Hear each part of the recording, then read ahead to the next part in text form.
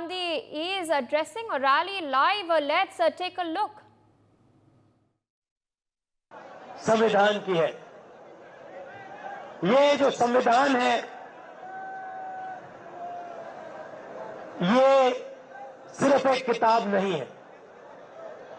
इसमें हिंदुस्तान की हजारों साल पुरानी एक विचारधारा, एक सोच है। अंबेडकर जी ने इस कॉन्स्टिट्यूशन को बनाया, गांधी जी ने बनाया, जवाहरलाल नेहरू जी और हिंदुस्तान के करोड़ों लोगों ने मिलकर इस कॉन्स्टिट्यूशन को, संविधान को बनाया, मगर इसमें सोच पुरानी है। सोच बुद्ध भगवान की है, नारायण गुरु जी की है, बसवण्णा जी की है, फूले जी की है, गांधी जी, अंबेडकर जी, इन सब की सोच से यह कॉन्स्टिट्यूशन बना है। और पहली बार बीजेपी के लोग खुलकर कभी नहीं कह सकते थे। पता नहीं आपको मालूम है, नहीं मालूम है, मगर उन्होंने ना ये कॉन्स्टिट्यूशन एक्सेप्ट किया था, ना हिंदुस्तान का तिरंगा एक्सेप्ट किया था। तो पहले ये कहते नहीं थे, चुप रहते थे और सोचते थे कि किसी न किसी दिन हम अंबेडकर जी की सोच, बुद्ध भगवान की सोच, गांधी जी की सोच को फाड़ के फेंक दें, मगर खुलकर कभी नहीं कह पाते थे। इस बार पहली बार इनके नेताओं ने खुलकर कहा है कि अगर हमारी सरकार आ गई तो हम अंबेडकर जी के कॉन्स्टिट्यूशन को रद्द कर देंगे, बदल देंगे, फाड़ के फेंक देंगे। और मैं बीजेपी और आरएसएस के लोगों से कहना चाहता हूं, आप सपने मत देखिए, आपकी बस की नहीं है, आप ये काम कर नहीं सकते हो, क्योंकि आपके सामने हिंदुस्तान के करोड़ों लोग खड़े हैं, कांग्रेस पार्टी खड़ी है, और आपने करने की कोशिश भी की तो फिर देखो क्या होता है।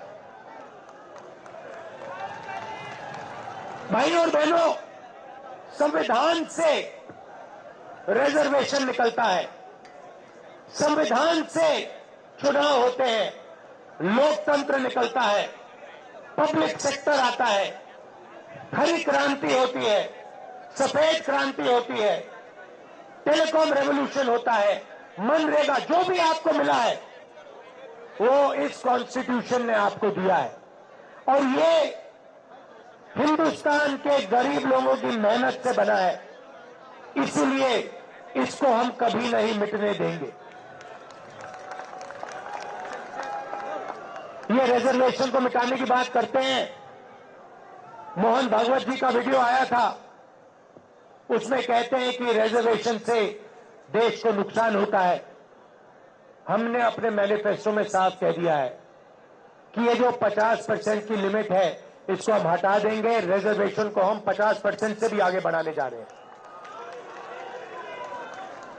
आपने नरेंद्र मोदी जी के इंटरव्यू देखे? वो जो चमचों वाले इंटरव्यू है, देखे नहीं देखे? वहां पे नरेंद्र मोदी जी बैठते, 4 चमचे आ जाते हैं, देखे आपने? उसमें नरेंद्र मोदी अलग अलग बयान देते हैं। उनसे पूछा, वो चमचे ने पूछा, मोदी जी, हिंदुस्तान में अमीर लोग अमीर होते जा रहे हैं, गरीब लोग गरीब होते जा रहे हैं, आपकी इस पे क्या राय है?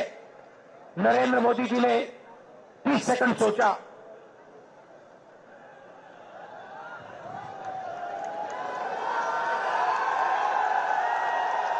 फिर कहते हैं, क्या मैं सबको गरीब कर दूं? अच्छा देखो, कन्हैया है यहां पे। अब कभी कभी मेरे से मिलने आता है, बातचीत होती है, कभी कभी इंटरनेशनल रिलेशन पे बात हो जाती है, कभी गरीबी पे बात हो जाती है। कन्हैया में अलग अलग लेवल की समझ है। यमुना पार की समझ है, किसानों की समझ है और इंटरनेशनल लेवल की भी समझ है। मगर अगर एक दिन कन्हैया मुझसे मिलने आए और मुझे कॉन्फिडेंस में लेके, सुनो, और मुझे कॉन्फिडेंस में लेके बंद कमरे में कह दे कि राहुल जी,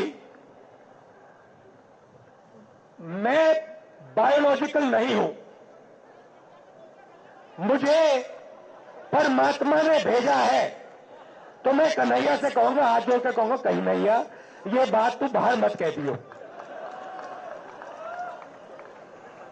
गलती से भी ये बात बाहर मत कह दियो। मगर देश के प्रधानमंत्री चमचों के सामने इंटरव्यू में खुल के कहते हैं, मैं बायोलॉजिकल नहीं हूं, मैं बायोलॉजिकल नहीं हूं। जैसे आप सब हिंदुस्तान के की जनता, सारे जीव जो बायोलॉजिकल हैं, उनको नरेंद्र मोदी जी कहते हैं कि भैया आप सब बायोलॉजिकल हो, मैं बायोलॉजिकल नहीं हूं। मुझे परमात्मा ने ऊपर से भेजा है, मिशन के लिए भेजा है। अब अगर भैया सड़क पे आपको ये कोई कह दे तो आप उसे क्या कहोगे? क्या कहोगे? उसे कहोगे भैया माफ करो, काम अपना करो, हमें अपना काम करने दो।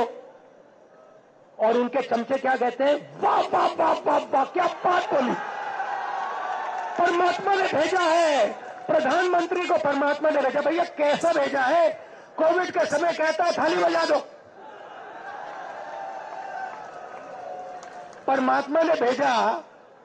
और कोविड के समय कहते हैं लाशों के ढेर पड़ी हैं गंगा में, यहां पे यमुना पार हजारों लोग अस्पतालों के सामने, अंदर नहीं सामने लेटकर आखिरी सांस तोड़ रहे हैं। और प्रधानमंत्री आते हैं, कहते हैं भाई और बहनों, नहीं प्रधानमंत्री नहीं, जिनको परमात्मा ने भेजा है वो आके कहते हैं भाई और बहनों मोबाइल फोन की लाइट जला दो।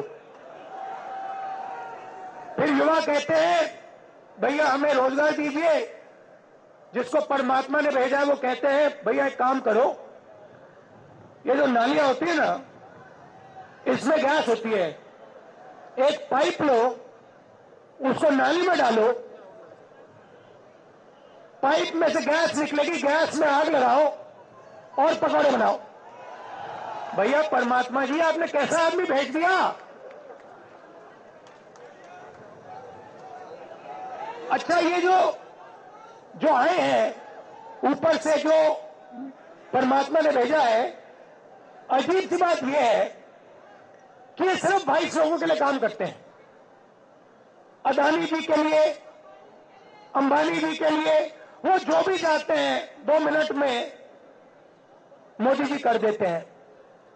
रेलवे चाहिए ले लो, पोर्ट चाहिए ले लो, इंफ्रास्ट्रक्चर ले लो, अग्निवीर स्कीम चाहिए, चलो अग्निवीर स्कीम दे देते हैं, जो भी इनको चाहिए दे देते हैं। और गरीब जनता 24 घंटा हाथ जोड़ के कर्जा माफी मांगे, सड़क मांगे, अस्पताल मांगे, शिक्षा मांगे,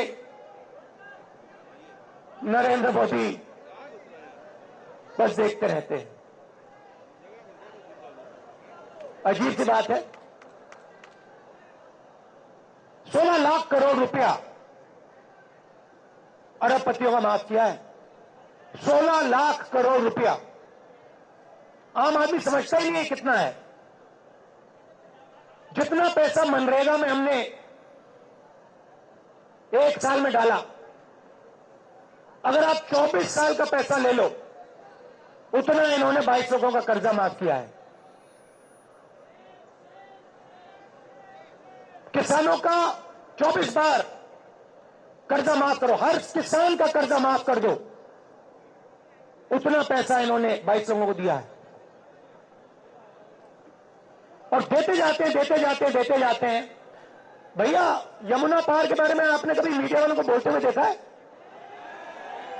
आपकी सड़कें दिखाई इन्होंने? ये जो कचरा पड़ा हुआ था बाहर, ये इन्होंने दिखाया कभी? मगर अंबानी की शादी तो दिखाते हैं। थोड़ी देर में ये भी कहेंगे कि भैया हमें भी भगवान ने भेजा है।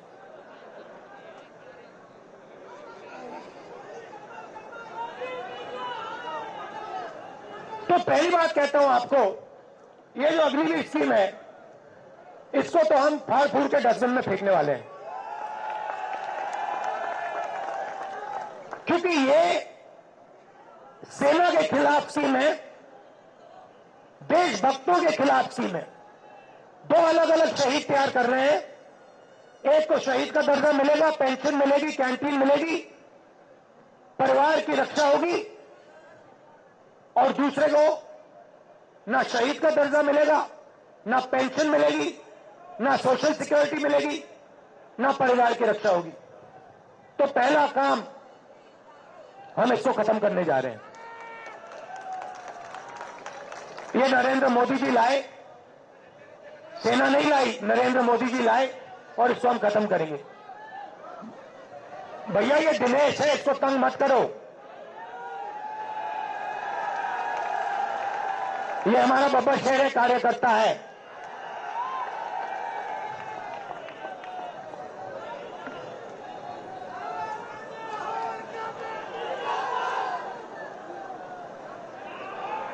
अच्छा,